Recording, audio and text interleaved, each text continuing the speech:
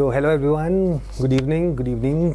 और आज हम डिस्कस करने वाले हैं एक बहुत ही इम्पॉर्टेंट चीज़ के बारे में, जो कि एक हर 10th क्लास के बच्चे को पार करते ही, इनफैक्ट मैं तो कहूँगा जैसे ही वो 10वीं में आता है तब से ही उसको वो हॉन्ट करने लग जाती है, is about the stream selection that you have to do after your class 10th examination, है ना।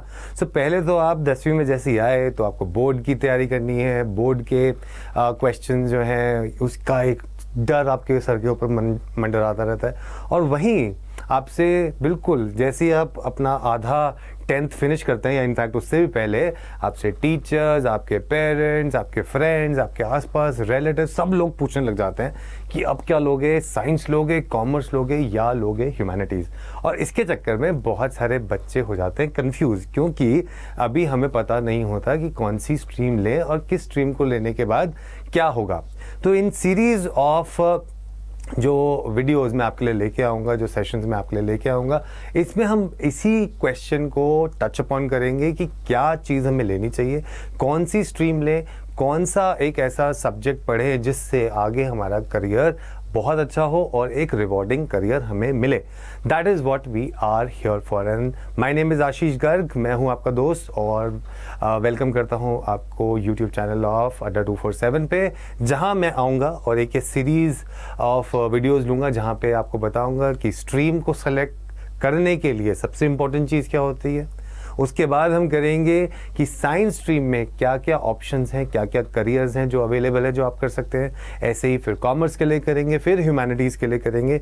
इस तरीके से हम हर चीज़ पे आपको बताएंगे कि क्या स्ट्रीम लेने के बाद क्या करियर चॉइस आप अपने लिए कर सकते हैं। ठीक है, ये तो हुआ यूट्यूब की बात। इसी तरीके से अगर आपको एक डिटेल्ड वर्जन इस काउंसलिंग का चाहिए और आप चाहते हैं कि आप आएँ और जुड़े मुझसे, तो आप वो डिटेल्ड काउंसलिंग सेशन भी अपने लिए बुक करा सकते हैं, जिसका डिटेल आपको नीचे डिस्क्रिप्शन बॉक्स में दे दिया जाएगा, जो कि आप ले सकते हैं। ठीक है, तो घबराने की बात बिल्कुल भी नहीं है। जैसे हम हमेशा बोलते हैं कि अड्डा 247 आपके लिए है एक one stop destination for everything. ठीक है, तो चलते हैं स्ट्रीम सिलेक्शन की तरफ। एक उस चीज़ के लिए, जैसे ये यहाँ पर बच्चा बैठा है, उस बच्चे को एक चीज़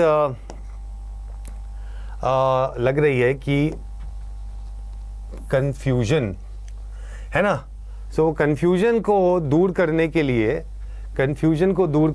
लिए उसको क्या कर रहा है, वो कंफ्यूजन को दूर करने के लिए उसके पास हैं बहुत सारे ऑप्शन। तो आपकी जो चॉइस होती है, आप साइंस लें, ह्यूमैनिटीज़ लें, कॉमर्स लें, वो किस चीज़ के ऊपर बेस्ड होती है।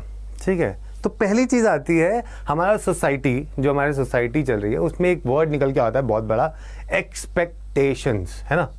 निकल के आता है कि नहीं आता है। अब कौन है वो लोग जिनको एक्सपेक्टेशंस है आपसे? वो लोग सबसे पहले हैं आपके पेरेंट्स।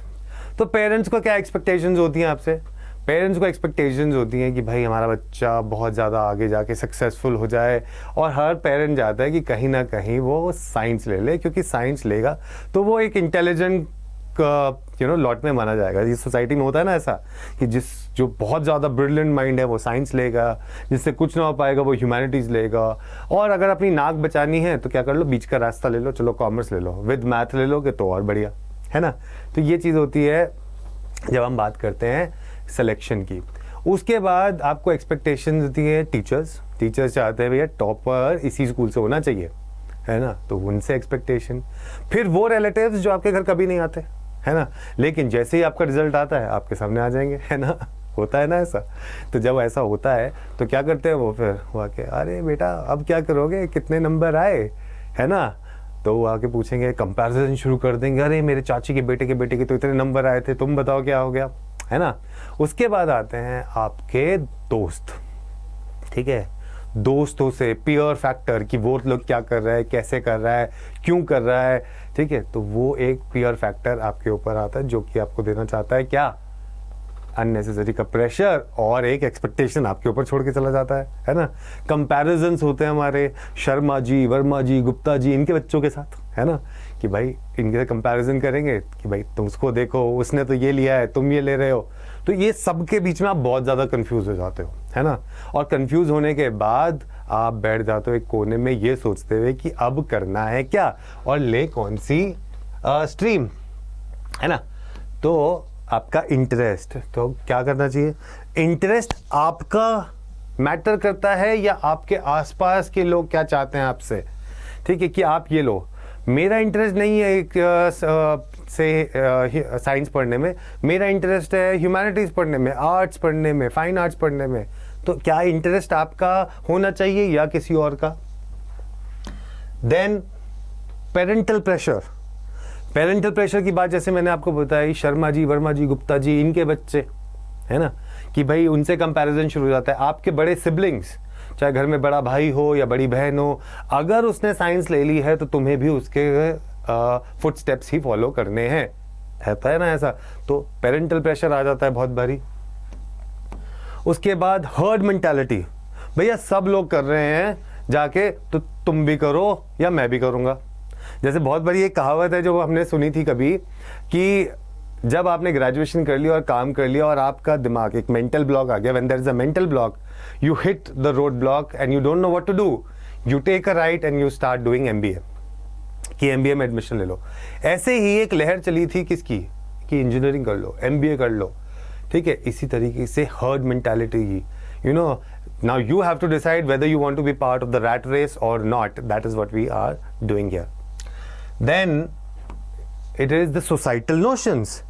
सोसाइटी क्या सोचती है आपके बारे में, हो अगर आपने ह्यूमैनिटीज ले ली तो क्या होगा, कॉमर्स ले ली तो क्या होगा, साइंस ली है तो ही बढ़िया, साइंस नहीं ली है तो गए काम से। ये है सोसाइटल नोशन। उसके बाद आते हैं हम आपके पास any other reason. Any other reason भी हो सकता है कि कुछ नहीं मिल रहा है, क्या करें, कैसे करें। तो कुछ भी रीज़न हो सकता है कि आपको बचना है, तो बचने के लिए आप ये सब्जेक्ट पढ़ना शुरू कर दो, ठीक है। बाद में 2 साल बाद रियलाइज हो रहा है कि ये तो नहीं पढ़ना था, यहाँ तो नहीं करना था, मुझे तो कुछ और करना था या कुछ और बनना था, ठीक है।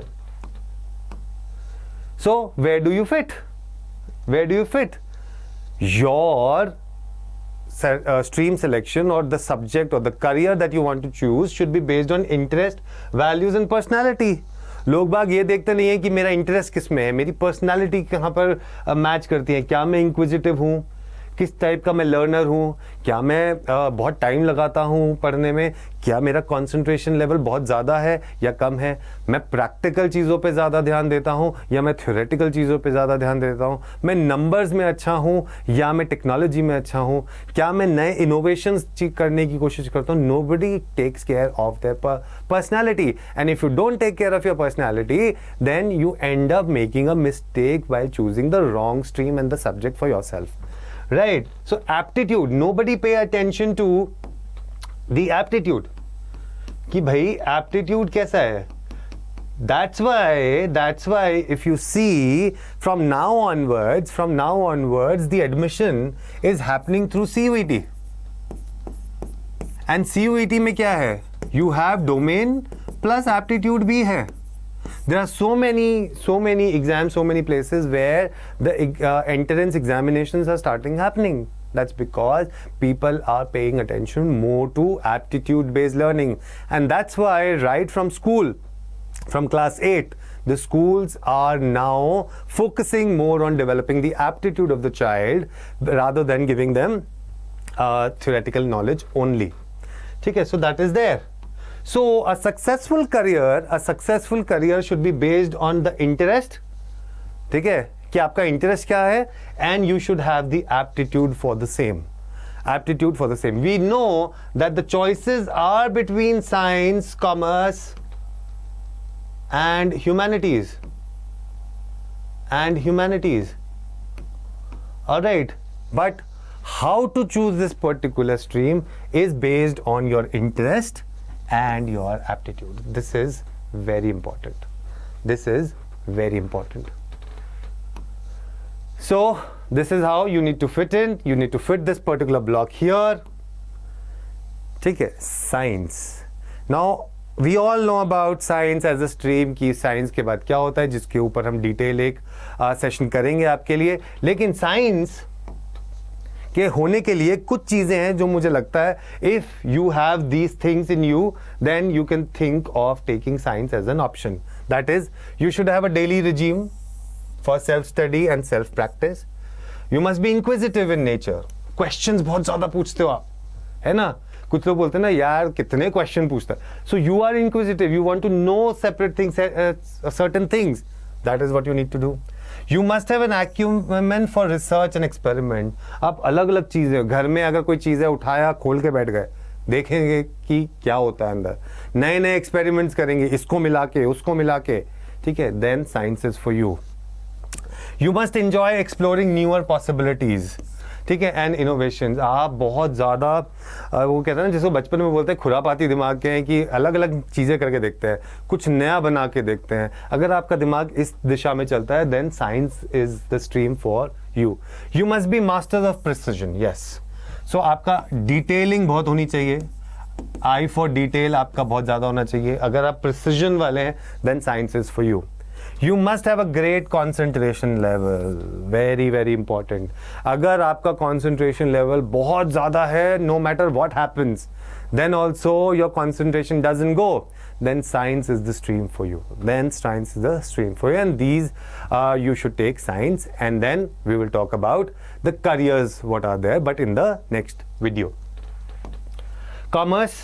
So for commerce, what are the skill set that you need to have? Your ideas should be driven by logic. ठीक है ना भैया, अगर डेबिट है क्रेडिट है इसके पीछे एक लॉजिक होना चाहिए. अगर आप हर चीज के पीछे एक लॉजिक देते हो कि this is I am doing because of this reason, then commerce is for you. You must be competitive in nature. You should be ready to take risks because that is what we teach in commerce, that what is risk, what is systematic risk, what is unsystematic risk, how to diversify it. That is what we. You must be good with numbers. People say that if you're good with numbers then you should go with science. No, if you're good with numbers then commerce is the field for you. Why? Because you do a lot of number crunching accounts में. Then later on अगर आप finance पढ़ते हो, finance is nothing but what, juggling with numbers. So you need to be good with numbers, calculations. That is what you need to be. Right? You possess organizational skills. If you are a good organizer, if you are very very systematic, then commerce is for you. You must have business like approach. So you should be an entrepreneur. So your mind should always be thinking of business, how to innovate and how to make it big into a large, उससे पैसा कैसा कमाना है, ठीक है? So you should have that entrepreneurial attitude, skill set. All right, if you have that then commerce is for you. Then we have humanities. Now under humanities you must have lateral thinking. You should be a good reader. People who are reading novels, who read books, magazines, newspapers, all right, they can mug up things and they are very very learned in terms of reading. Then they should be great writing skills and ready for the project work, because there's a lot of project work that will be involved in humanities. Differentiate between evidence and opinion. ठीक है, you should not be an opinionated person. You should be your everything should be based on an evidence. ये हमें क्या है, क्यों है, इसके पीछे एक एविडेंस चाहिए, वो चीज़ हमें चाहिए. One should be ready for collecting and analyzing data. ठीक है, must possess good listening skills. That is very important for people who come from humanities. Why? Because it's not only about speaking all the time. It's always about listening also, because by listening also you get a lot of perspective. So this is how you choose, and if you feel that these skills are in you, you can select science, commerce and humanities based on these skills set that I have discussed with you. Right? So I hope that I have made a little clarity in your mind, but for more clarity about which stream to choose, how to choose it, if you want a detailed guidance and career counseling from us, get in touch with me. Alright, my name is Ashish Garg on Adda 247, and I will give you a detailed career counseling on science, commerce and humanities, which career to choose, what are the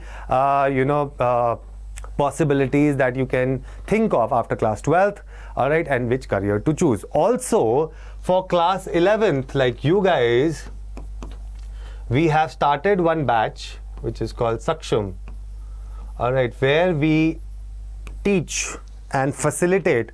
हम आपको सारा जो class 11th का जो syllabus है, 12th का जो syllabus है, वो यहाँ पर इस बैच में पढ़ाते हैं, जिसके लिए आपको करना है क्या, आपको सिर्फ जाना है हमारे अड्डा 247. So this is what I'm talking about, Saksham, right? You can go there, you can apply a code called Y468S and Y468. ठीक है, for this class 11th batch. उसके लिए आपको करना है सिर्फ that you need to go to the app. ठीक है, ऐप पे जाइए, ऐप पे जाने के बाद उसको डाउनलोड कीजिए, वहाँ पे जाइए क्लास 11 में and you will find this batch. The name is Saksham. ठीक है, so you can apply this code also, Happy 11. ठीक है, valid till 26th May midnight, where you get 50% discount on this. ठीक है, so that is what you can do. This will give you the entire knowledge and preparation of your subjects that you are studying in your class. Okay, that you will get. Career opportunity this year in the board examination, specifically for class 10th and 12th, जो हमारे teachers ने पढ़ाया वही exam में as it is करके आया, और बहुत सारे बच्चों के चांसेस हैं कि बहुत अच्छे मार्क्स आएंगे इसी वजह से, क्योंकि जो उन्हें बताया गया वही उनको पढ़ के आए और वही एग्जाम में आ गया, जिससे बहुत आसानी से वो पेपर अपना करके आ पाए. ठीक है, आप अपनी जब ऐप डाउनलोड करेंगे अड्डा 247 की, you will have free doubt solving feature, free notes, YouTube sessions, PYQ, sample paper, subject wise daily quizzes, latest updates और आर्टिकल्स, ये सब आपको इस ऐप पे मिलता है. ठीक है, तो मैं वेट करूंगा आप लोगों का कि फटाफट से आप इस करियर काउंसलिंग के लिए जो नीचे दिया गया डिस्क्रिप्शन में इंफॉर्मेशन है वहाँ पर आप रीच आउट करेंगे, so that I can get in touch with you and can give you a detail career counselling. ठीक है, आपको क्या कहते हैं, मैं पूरे विस्तार से आपका करियर समझाऊंगा कि किस तरीके से आप चूज़ कर सकते हैं. ठीक है, और अगर आपने चूज़ कर लिया है और आप क्लियर हैं तो पढ़ाई तो फिर तब भी करनी है. पढ़ाई करने के लिए आपको करना है क्या, आपको करना है सिर्फ ये कि जो सक्षम बैच है इसमें आप जाके अपने आप को एनरोल करवाएं. जितनी जल्दी करवाएंगे उतना फ़ायदा है, so that because the classes will begin and we will start teaching your syllabus so that you become a better person and you secure better marks. क्योंकि पढ़ाई अगर अभी से करना शुरू करोगे तभी एक माइंडसेट बनेगा, एक फाउंडेशन बनेगी और पहुंचोगे आप दूर तक. ठीक है, उसके लिए आपको सिर्फ मैंने बता दिया है, कोड यूज़ करना है 468 yes Y468 या फिर Y468 yes S. ठीक है, ये आप करिए, डेफिनेटली आपको एक बहुत मैक्सिमम डिस्काउंट भी मिलेगा. और आइए, मैं आपका वेट कर रहा हूँ. ठीक है, बाय बाय, टेक केयर.